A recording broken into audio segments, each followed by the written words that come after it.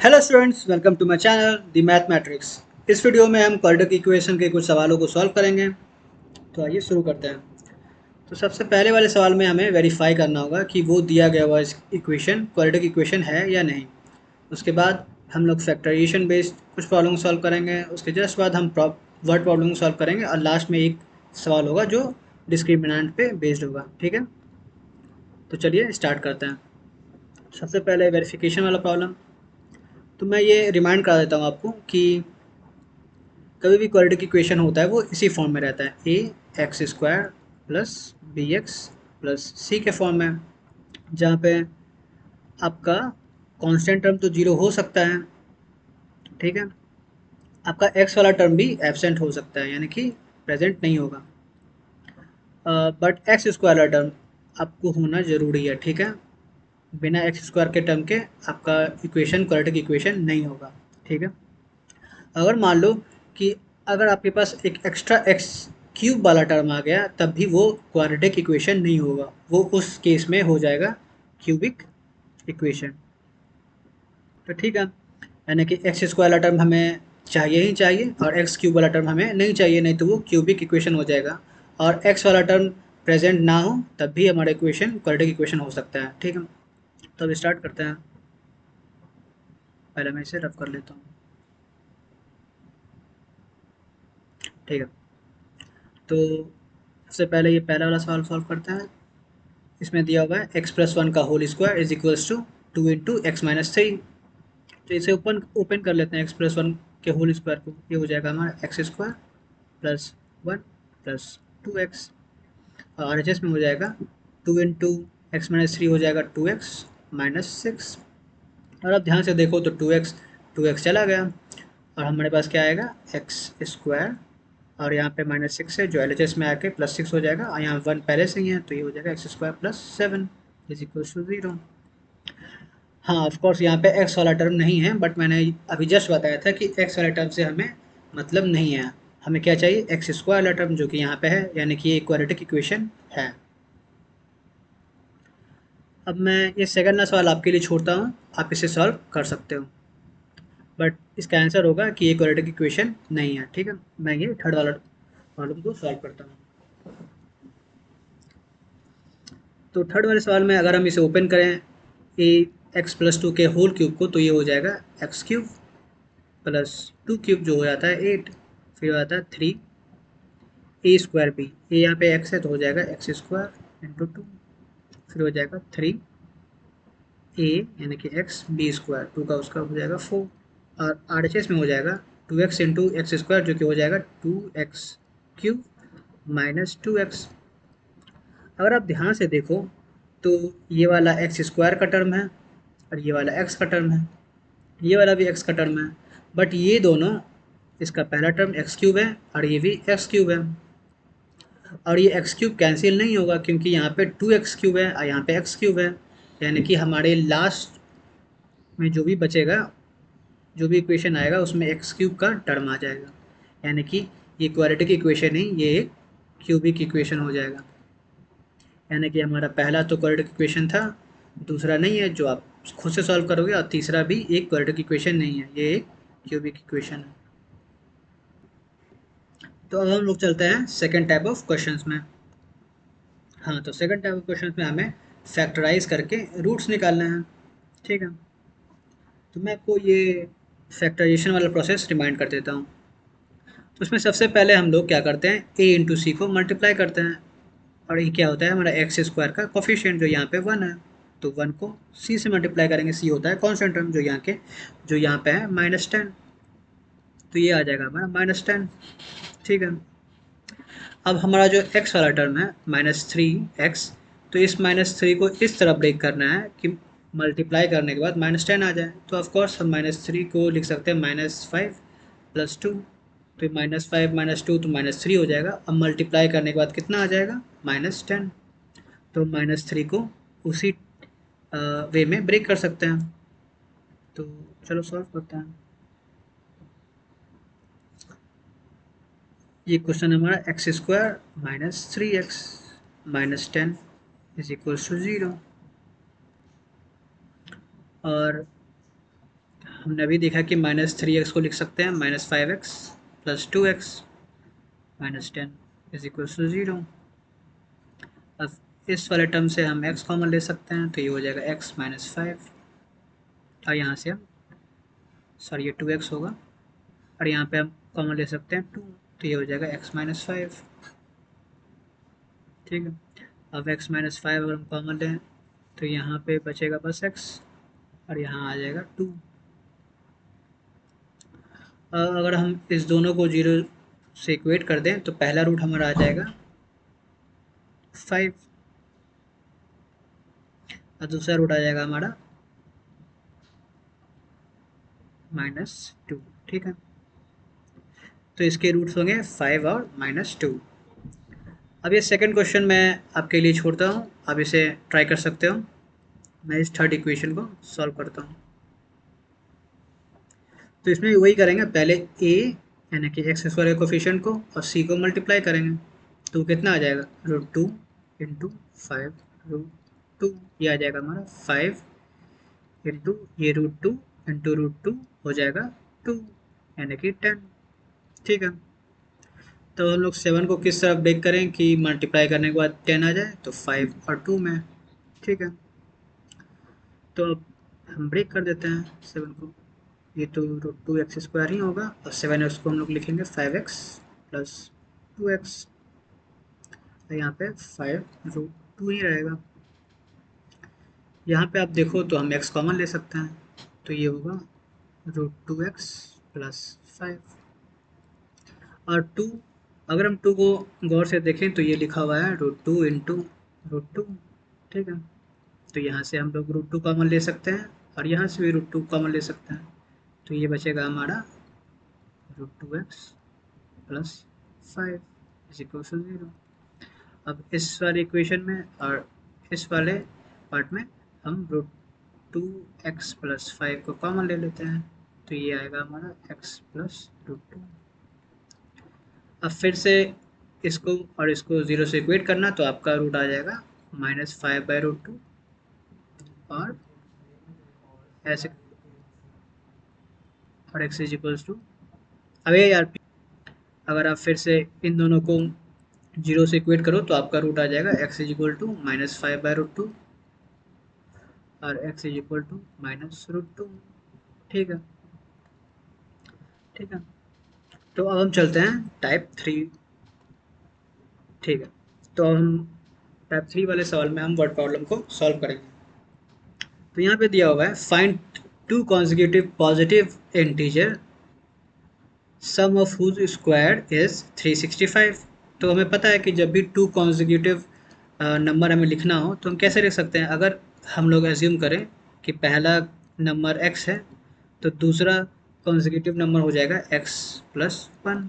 ठीक है, और सवाल में दिया हुआ है कि सम ऑफ हुज स्क्वायर इज 365, यानी कि इन दोनों के स्क्वायर के सम x प्लस 1 के होल स्क्वायर का सम किसके बराबर है 365 का। ठीक है, तो अगर हम इसे सॉल्व करें तो x² और यहाँ से आ जाएगा x² प्लस 2x प्लस 1, 365 इधर आ जाएगा तो हो जाएगा -365। ठीक है, तो यहाँ पे होगा 2x² प्लस 2x -364। ठीक है, आप यहाँ से कॉमन ले सकते हो 2, तो ये होगा x² प्लस x माइनस 1 और यहाँ पे हो जाएगा 7 2।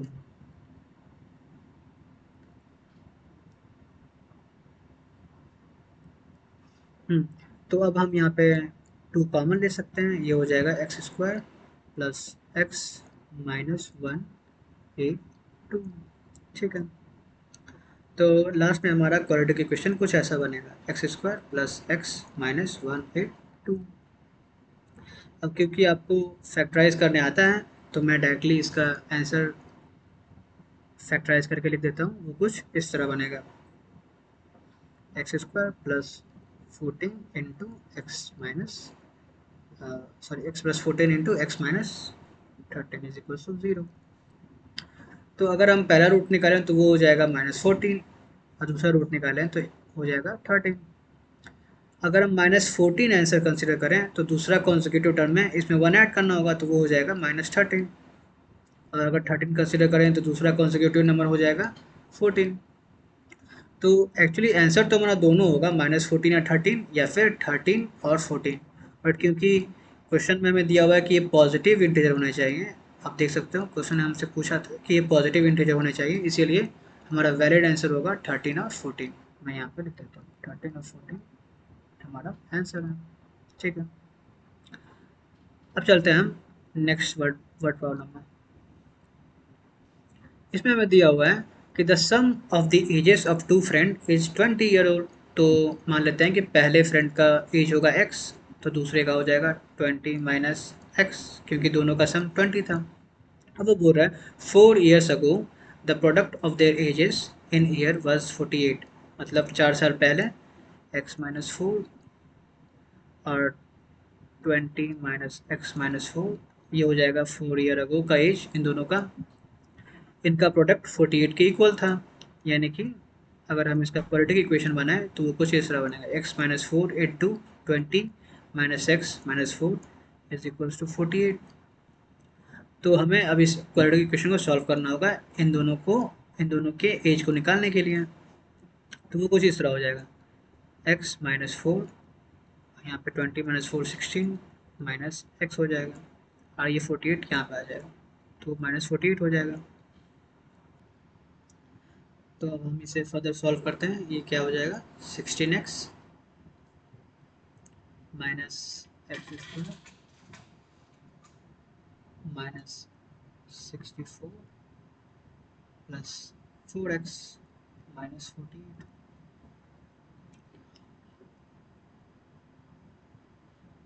अगर आप इसे देखो तो ये हो जाएगा x square minus 16x plus 20, तो ये हो जाएगा 20x और माइनस 64 माइनस 48, ये हो जाएगा हमारा माइनस 112।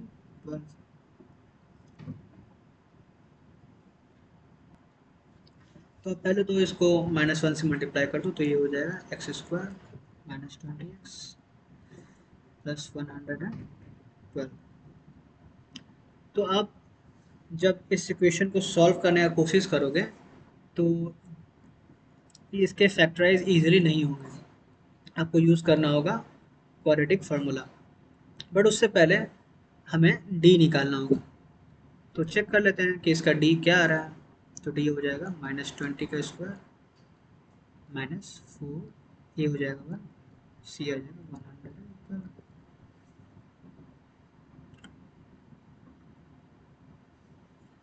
तो जब हम लोग डी को चेक करेंगे तो ये हो जाएगा कुछ 20 स्क्वायर विच इज़ 400, और ये 4 इंटू 112 जो कि आ जाएगा 448। तो इसका टी आ रहा है -48। तो अगर जब आपने क्वाड्रेटिक इक्वेशन पढ़ा होगा तो आपको पता होगा कि जब भी डी नेगेटिव आता है, जो इस केस में आ रहा है, तो इस केस में इस क्वाड्रेटिक इक्वेशन के रियल रूट्स नहीं होंगे, इसके रूट्स हो जाएंगे इमेजिनरी। विच मीन्स कि ये वाला सिनेरियो पॉसिबल नहीं है। पॉसिबल नहीं है इन द सेंस कि जो कंडीशन हमें दिया हुआ है वो कंडीशन कभी मैथमेटिकली पॉसिबल नहीं है, यानी कि इसको पॉसिबल करने के लिए इमेजिनरी रूट्स यूज़ करने होंगे, यानी कि नो रियल सॉल्यूशन। ठीक है, तो आप जब भी सिंपली फैक्टराइज नहीं कर पा रहे हो तो आप क्वाड्रेटिक फार्मूला यूज़ कर सकते हो। ठीक है, बट उससे पहले आप डी चेक कर लेना, अगर डी नेगेटिव आ रहा है यानी कि वो केस पॉसिबल नहीं है, क्योंकि वो रूट्स उसके इमेजिनरी आ रहे हैं। तो चलते हैं अपने नेक्स्ट सवाल में। अब ये सवाल डिस्क्रिमिनेंट पे बेस्ड है। ठीक है, इसमें बोल रहा है for what value of m will the equation, जो इक्वेशन ये में दिया हुआ है 2mx square minus 2 into 1 plus 2m into x plus 3 plus 2m। तो ये इक्वेशन में बोल रहे हैं कि m के किस वैल्यू के लिए हैव रियल रूट्स और डिस्टिंक्ट रूट्स। फिर से एक्सप्लेन कर देता है। तो ये हमारा आज का लास्ट सवाल है जिसमें हमें ये बड़ा सा इक्वेशन दिया हुआ है 2mx² वाला। इसमें बोल रहा है कि m के किस वैल्यू के लिए it will have real but distinct roots, और कब इसके दोनों रूट्स इक्वल हो जाएंगे। मतलब कि वो इनडायरेक्टली बोल रहा है कि m के किस वैल्यू के लिए d पॉजिटिव आ रहा है यानी कि 0 से बड़ा, और m के किस वैल्यू के लिए d 0 आ रहा है। क्योंकि जब d 0 से बड़ा हो तभी उसके रूट्स क्या होते हैं, रियल और डिस्टिंक्ट। और जब d 0 हो जाता है तो उसके रूट्स क्या हो जाते हैं, इक्वल। ठीक है, तो इस बड़े वाले इक्वेशन में हम d निकालेंगे और उसको फर्स्ट केस में हम 0 से बड़ा करेंगे और सेकंड केस में हम उसको 0 से इक्वेट करेंगे। ठीक, तो चलो सॉल्व करते हैं। पहले मैं इसे हटा देता हूँ।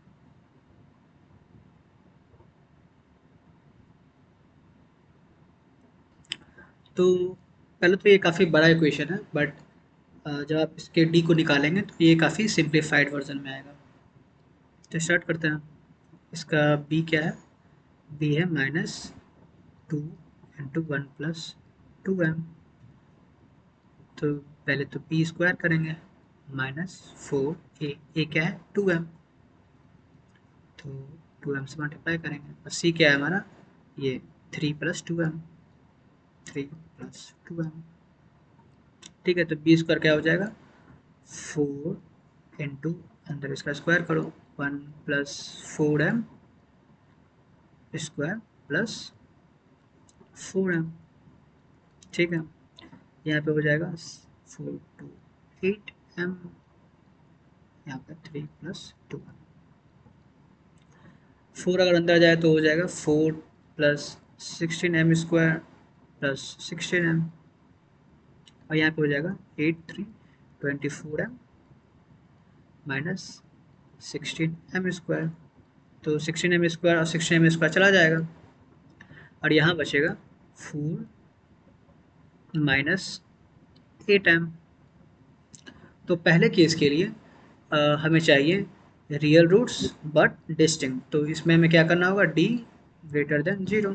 तो आइए हम करते हैं, 4 - 8m शुड बी > 0। तो अब 8m को RHS में ले जाओ, तो यहाँ पे क्या बचेगा, 4 > 8m। अब दोनों साइड 8 से डिवाइड कर दो, तो वो क्या आ जाएगा, मैं इसको रब करके यहीं पे कर देता हूँ। तो ये m को 8 से डिवाइड करें तो यहाँ तो m बचेगा, और यहाँ पे 8 से डिवाइड करो तो 4/8, यानी कि m शुड बी < 4/8, जो कि है 1/2। तो पहले केस के लिए हमारा आ गया m शुड बी < 1/2। अब दूसरा केस है कि हमारे रूट्स इक्वल आना चाहिए, तो इक्वल आने के लिए d शुड बी = 0। तो d क्या आया था, 4 - 8m। तो 4 - 8m को आप 0 से इक्वेट कर दो, तो यहाँ पे क्या आ जाएगा, 8m विल बी 4 और m आ जाएगा हमारा 4/8, जो कि है हाफ। यानी कि जब m = 1/2 होगा तो इसके रूट्स दोनों इक्वल आएंगे, और जब m < 1/2 आएगा तो इसके रूट्स रियल और डिस्टिंक्ट आएंगे। तो हमने चारों टाइप के सवालों को सॉल्व किया, जिसमें पहला था हमें वेरीफाई करना था कि गिवन इक्वेशन क्वाड्रेटिक इक्वेशन है या नहीं। सेकंड इक्वेशन में हमने कुछ फैक्टराइजेशन वाले सवालों को सॉल्व किया। थर्ड में हमने 2 वर्ड प्रॉब्लम को सॉल्व किया, और ये फोर्थ वाला था जिसमें हमने डिस्क्रिमिनेंट बेस्ड प्रॉब्लम को भी सॉल्व किया। तो अगर आपको ये वीडियो अच्छा लगा तो आप लाइक कर सकते हो, अगर आप चैनल पर नए हो तो सब्सक्राइब कर सकते हो। We will meet in the next class.